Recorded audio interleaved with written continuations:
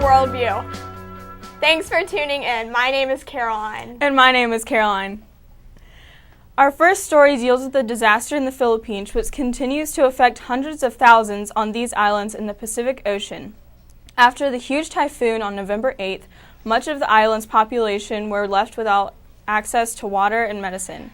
As of last week, the death toll had spiked over 5,200 people, with more than 23,000 injured. The typhoon has affected over 3 million people and has created problems that will last for the rest of their lives. 50 years ago, President John F. Kennedy was assassinated in Dallas, Texas. Many memorials have been held all over the nation. At Kennedy's grave in Arlington National Cemetery, President and Miss Obama, along with Vice President Biden and former President and Miss Clinton, laid a wreath and held a short memorial service. Residents of Dallas still mourn his death while regretting that the assassination took place in their city.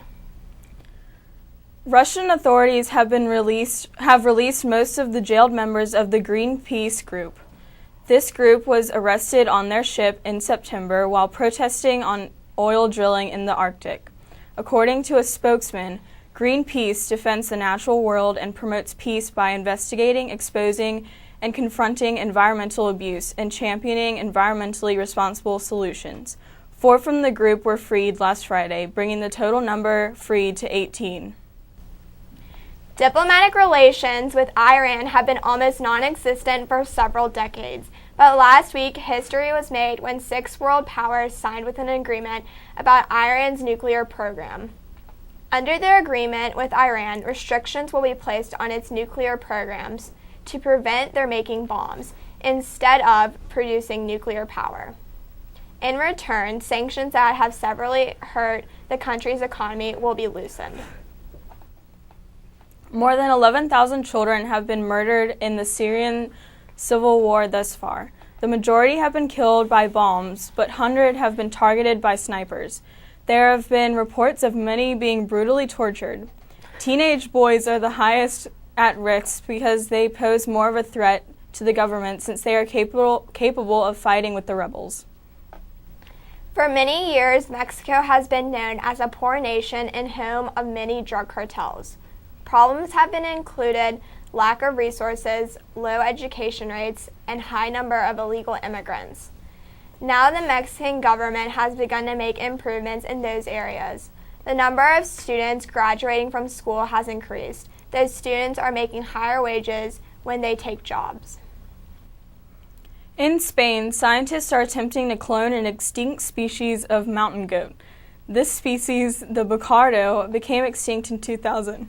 In 2003, scientists tried to clone a calf, but it died a few minutes after birth. The Spanish government has now given the green light for the scientists to go ahead and attempt another birth. If successful, this would be the first time in history that a species of animal was brought back from extinction through cloning. Every year, the editors of the Oxford Dictionary pick a word of the year. This year's word first appeared in an Australian newspaper and became popular in 2010.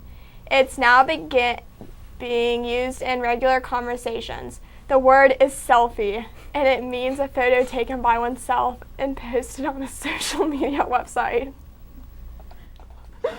In Franklin, Tennessee, more than 900 Civil War artifacts have just been discovered in a cellar.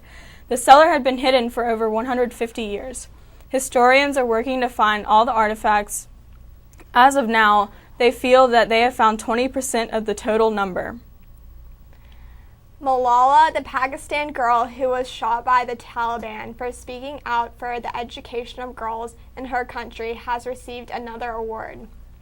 2 weeks ago, she was given the Sakharov Award for freedom of speech. The honor includes a gift of $67,000. Rebecca has our school news. Thanks to everyone who participated in Dodgeball for Dogs before Thanksgiving break. We raised a lot of money for a great cause. Don't forget to donate to the food drive, which goes through December 9th. By supporting the Second Harvest Food Bank, we can help diminish hunger in our community. Also remember the holiday dance. You may bring one guest, and the cost is $5 per person. Dean has our sports news. Summit's winter sports have started up with a bang. All basketball teams are off to a great start with the record standing as follows. 6th grade boys, orange, have 1 loss. 6th grade green have 2 losses. 6th grade girls are 1-2. JV girls are 3-1. JV boys are 2-3. Varsity girls are 3-1. And varsity boys are a perfect 5-0. In college football news, reigning NCAA champions, undefeated Alabama fell to the Auburn Tigers in what some people are calling one of the most memorable sports plays of all time. Auburn's Chris Davis returned a missed field goal from the 9-yard line from 9 yards into the end zone to the Alabama end zone with no time remaining in overtime. That won the game for the Auburn Tigers. Duke is in the ACC championship against undefeated Florida State. Heisman candidate Jameis Winston will surely bring his A game, and I'm sure it will be a great match. That's all for sports this week. Now here's El Tiempo Aguilas. Buenos dias, amigo. Yo me llamo Lupe. Y yo me llamo Cristina. Bienvenidos al programa El Tiempo Aguilas. Este es el tiempo para el fin de semana. Viernes, la temperatura alta es de 17 grados centígrados y nublado.